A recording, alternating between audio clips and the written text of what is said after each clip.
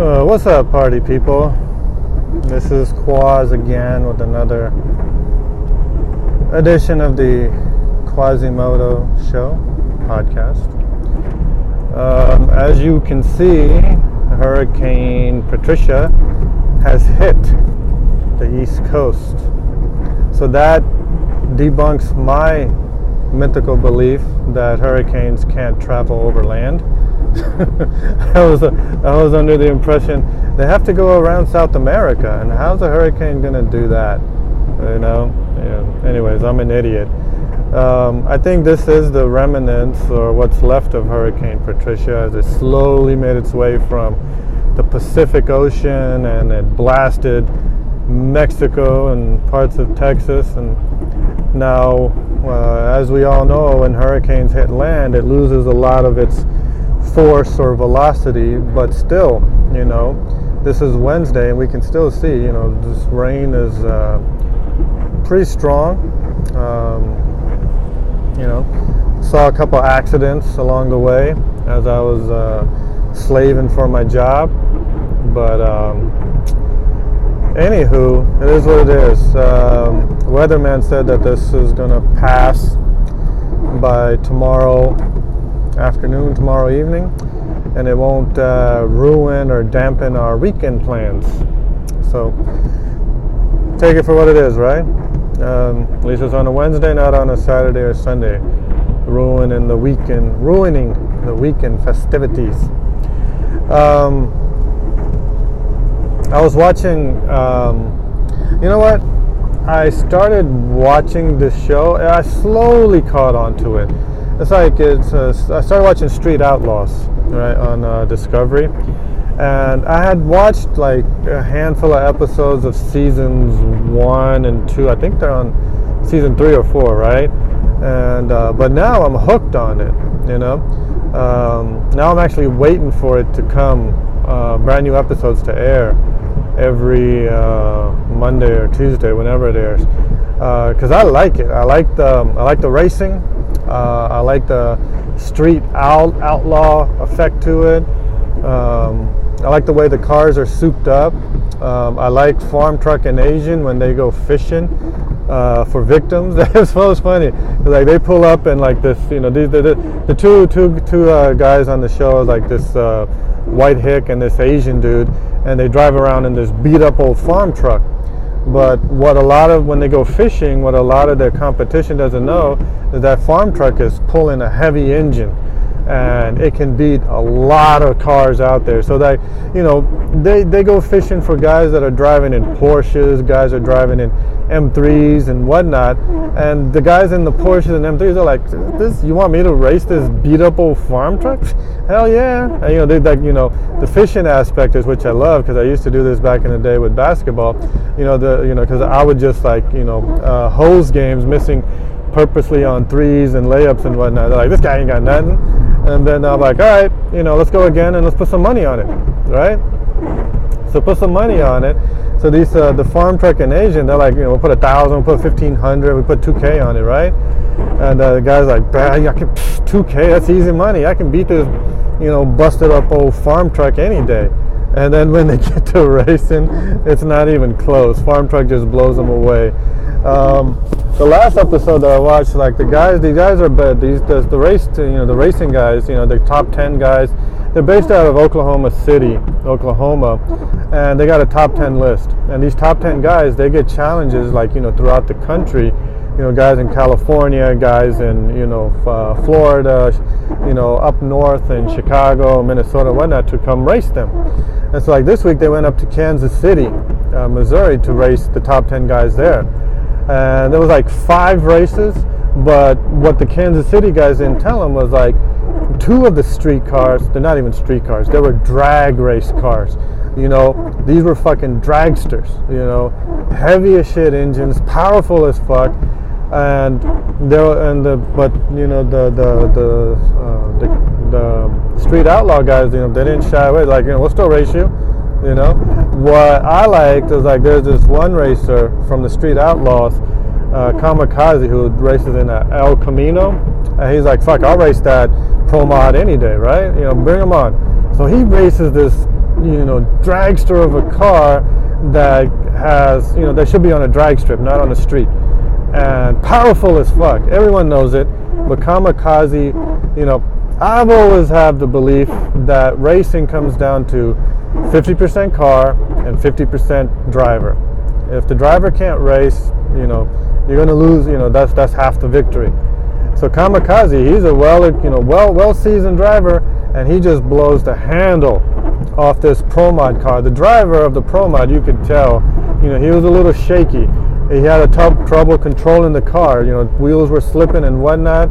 That's just amateur hour. As Robert De Niro said in Casino, amateur hour. Dude could not handle, the powerful motor or engine of the car, and he was just slipping and sliding and just sloppy racing. And Kamikaze just blew him away. But on the flip side, when the second race between, it was some dude from Street Outlaw who's legit, don't get me wrong, he's legit. He drives like a 81 Mustang that's souped up. He was going up against this Pro Mod dragster, but the second race, the Pro Mod dragster just blew the handles off the 81 Mustang. It wasn't even close.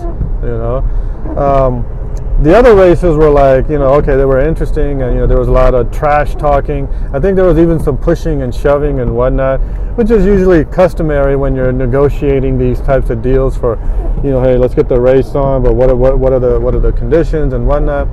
But the Kansas City guys ended up winning. It was like 3-2, the final outcome between the 5 races.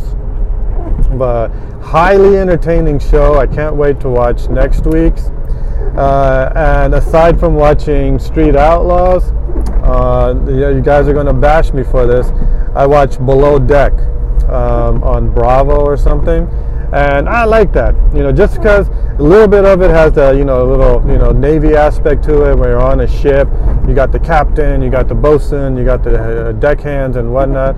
But Below Deck, for people that aren't familiar, it's a show that about a yacht. You can cater this this big luxury yacht, but the show evolves around the crew of the yacht, the captain, the bosun, the deckhands, the stewards and whatnot, and the guests that chartered the yacht for like 3 days, 5 days, whatever. And and then that's where the drama is centered around.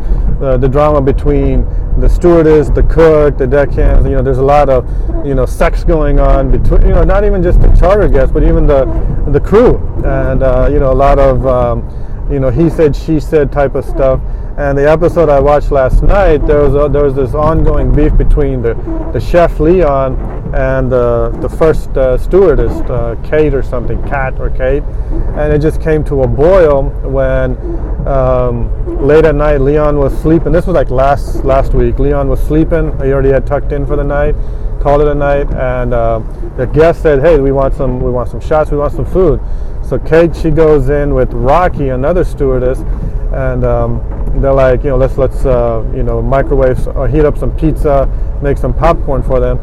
But a fire started in the galley. The galley is Navy term for kitchen, and that's not good. When you're out in the middle of the ocean, a fire in any part of the ship is not good, because you're the only one that's going to be able to put it out. Ain't no fire department or fire truck going to come and rescue your ass in the middle of the ocean. It's up to the crew to put out the fire. Long story short, fire got put out, but then the captain was like, WTF. This week's episode, what the fuck happened down there? Kat said, we made some pizza, but the fire, the oven caught on fire. Rocky, the other stewardess who can't stand Kate and is on Chef Leon's side, she's like, this is what happened. We put the pizza in. I went to, the popcorn burned in the microwave, and the pizza, the oven started catching on fire. What it came down to was greasy pots and pans left in a greasy oven that caught on fire. And any good crew member on a ship knows you can't have greasy pots and pans and ovens. You're just asking for a recipe for disaster, and that's what happened. So the captain, he decided, Leon, if it happens, it can't have this. Shit's been coming to a boil between you and Kate, and now we have a fire. And Leon's like, well, what are you going to do, Captain? You got to make a decision. And then the captain's like, I got to fire you. I got to let you go. After this charter's over, your services will no longer be needed. And Leon's like, you know what, Captain? I'll do you the favor. I'll just quit right now. So he packs up his bags. He gets his shit together. He's out. He's gone. So he leaves the captain and the crew short of a chef and 2 meals left, lunch and dinner, for the crew, or for the charter guests.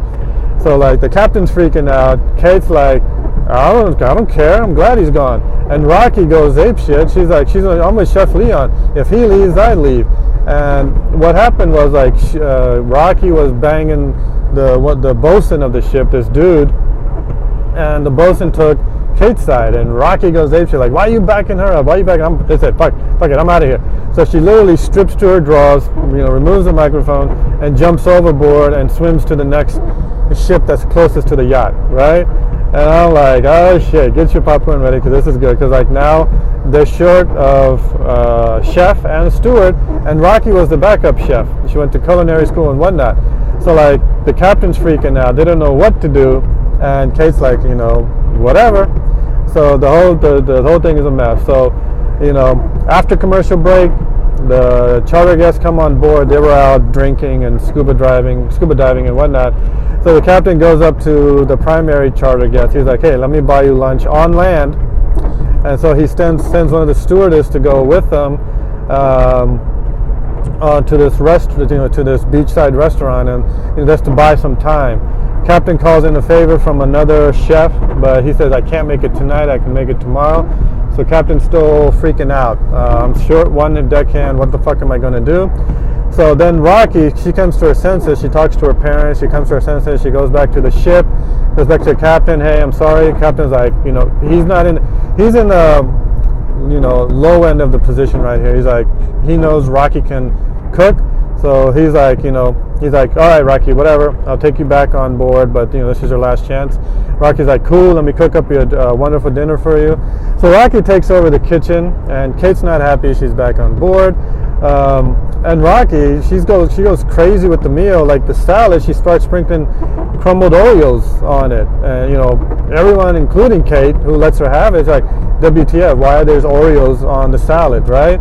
Rocky's like, fuck you, bitch! I got this. Leave me alone. And Captain's like, we got to get through this. We got to get through this. And Kate just backs up. And then for the appetizers, Rocky serves raw oysters, and she puts grenadine oil flavoring on it, which is, everyone knows you don't do that with raw oysters. The primary charter guest, the dude that's paying for everything, gets sick, goes to the head, which is another Navy term for bathroom, and is puking up his raw oysters with grenadine flavoring on it. Bad move. But Rocky redeems herself with the main course, which she had like steak and whatever. I think she still sprinkled Oreos on it, but it still okay. And then the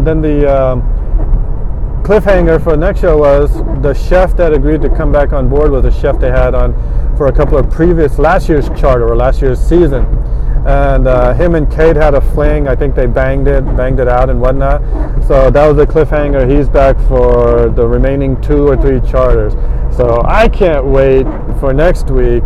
Not only Street Outlaws is going to be good, but below deck you got a returning chef who had issues with the captain, had issues with the deckhands, and banged Kate, and now he's back on board. And Kate, and not only Kate is giving him the lovey-dovey eyes, but also Rocky is giving him the lovey-dovey eyes. So it's going to be fun. You're going to have a love triangle. Real quickly, I wanted to bring up, I was at Walmart, my favorite place to shop, because I'm a squeaker and Walmart has such cheap prices. But I was in the express lane, right? And the express lane was like 15 items or fewer, or it could have been 20, right? And I had like maybe 11, but I noticed the lady ahead of me, her basket was full. Now the cashier didn't wave her on and say, yeah, go, come on, I'll take you and whatnot, She just went into the express lane. Now that's a social etiquette faux pas. And I'll be the first one to give